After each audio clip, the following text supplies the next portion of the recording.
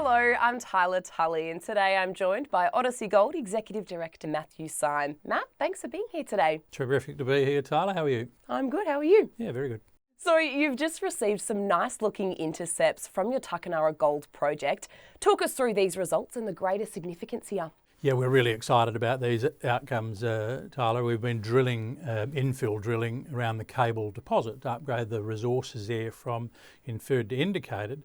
But as part of that drilling, we've hit another structure in the hanging wall of the Cable deposit, about 40 metres away from the main mineralisation, an intercept of 20 metres at 7 odd grams, so a fantastic intercept. Shallow, I think it starts at 48 metres or something, 45, 48 metres. I mean, at that sort of grade, going to be a very mineable proposition at those depths. Interestingly enough, that intercept falls within the pit design for a pit we've optimised for mining the Cable deposit. It was previously reported obviously as unmineralised or waste, and so that sort of grade and that sort of thickness is going to have a really serious impact on the economics of that pit, both increasing the average grade and reducing the strip ratios overall. So that's pretty exciting. But it also points at the real shallow exploration potential left in that area to find that sort of high grade shoot and get that sort of outcome while just infill drilling. Points at real serious exploration upside for that area. I mean, how many more of those shoots are there? And sorry, just to quantify what that looks like today, that hanging wall shoot, we've intercepted it over about 300 metres of strike today. It runs parallel to the main structure at Cable West. 300 metres of strike and intercepts ranging from a gram up to these 7 grams, and thicknesses from 4 or 5 metres to 20 metres. It's easy to imagine there's going to be a significant additional resource in that vein, and then the question of course becomes how far does it extend? It's open along strike, and how deep it goes as well. And then a further question about how many more of those there are in this stacked vein system going out to over 200 metres to the west. The global resource at Tuckanarra already has some impressive numbers, as you've mentioned. Is there a point of critical mass that you're looking towards for mining? Yeah, I guess only sort of rule of thumb, back of the envelope stuff at this stage.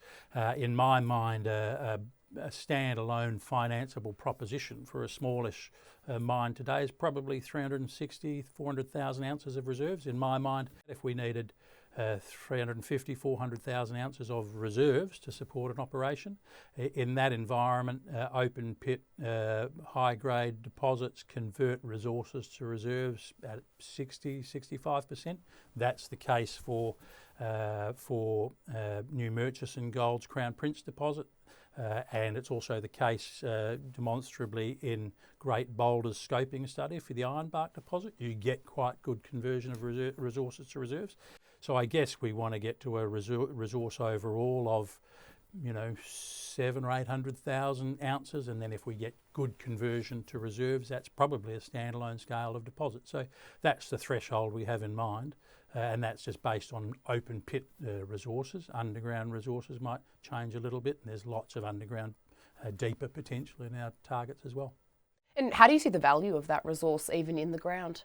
Well, that's a really interesting question, and I feel like we're in the incipient stages of a gold boom, and these valuations are starting to become more realistic by the day, but actually I see there's still a hell of a lot of upside, especially for junior resources like us. Neighbours in the area are valued on the ASX at $200, $150, $200 per resource ounce. So that's one threshold. Actually, where I really want to get to is a reserve ounce valuation, because the companies I mentioned before, Mika Metals and New Murchison Gold, they're trading on reserve multiples of $1,000, $1,200, $1,500 per reserve ounce. So we've got to generate reserves and then get valued on that basis, because if we can get to that threshold I talked about before of 350, 400,000 reserve ounces, then you're talking about valuations of $500 million, like those other companies, $300, $400, $500 million. So that's the challenge for us over the next year or two. And so where do you go from here? What should investors be looking out for in the coming months? Well, two things. We'll get another RC rig and probably a diamond rig as well back in there to continue to infill drill, but also test these targets. There's a 200 metre zone of known vein structures west of the cable bollard structures.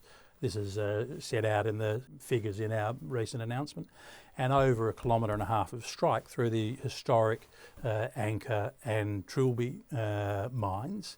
So there's a lot of stuff for us to test out there. That whole area has by and large only been very lightly drilled with very shallow vertical holes, and we're now looking for high-grade vertical structures that range from 1 metre to 20 metres wide. So you don't hit them with shallow vertical drill holes. They were drilled historically looking for widespread laterite and oxide mineralisation. If you want to hit those structures, you've got to drill angle holes, of course. So we'll get the RC rig back in there and drill panels of angle holes looking to test these multiple stack structures. We know they're mineralised in areas where these historic workings are, or other drill holes have been lucky enough to be put right over the vertical structures. So we'll go back with a whole lot of angle drilling to really test what the potential of that whole area is. And to quantify that, I mean, 1.5 kilometres of strike in the Cable Bollard Highway deposits, which is where our resources are, there's 350 plus thousand ounces down to 120 metres there between our existing resource and what was mined there historically. And so this Anchor Trilby trend, as we're talking, as we describe it, the parallel trend, is of a similar scale. So that's the challenge for us, to go and test that stuff. We'll also be finishing off the mining study. It's essentially finished now for mining those existing deposits. The results of that look very encouraging. We'll finalise that over the next week or so, and then I expect we'll make the decision formally to go to a scoping study on the same basis for those deposits, those resources, and of course we've got to drill some more of the inferred material in that study up to indicated, so that will also continue to generate news flow. Well, sounds like you've got your work cut out for you. We certainly have. Parallel with that, of course, we'll have a dialogue with our joint venture partners, Monument Mining, about the possibilities of processing our ore over there at their Burnakura plant, which is only 30 kilometres away.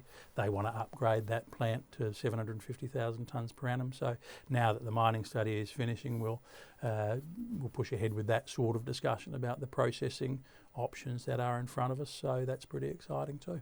Matt, thank you so much for your time today. Thank you very much, Tylah. Good to talk to you. You too. For more ASX news and analysis, subscribe below.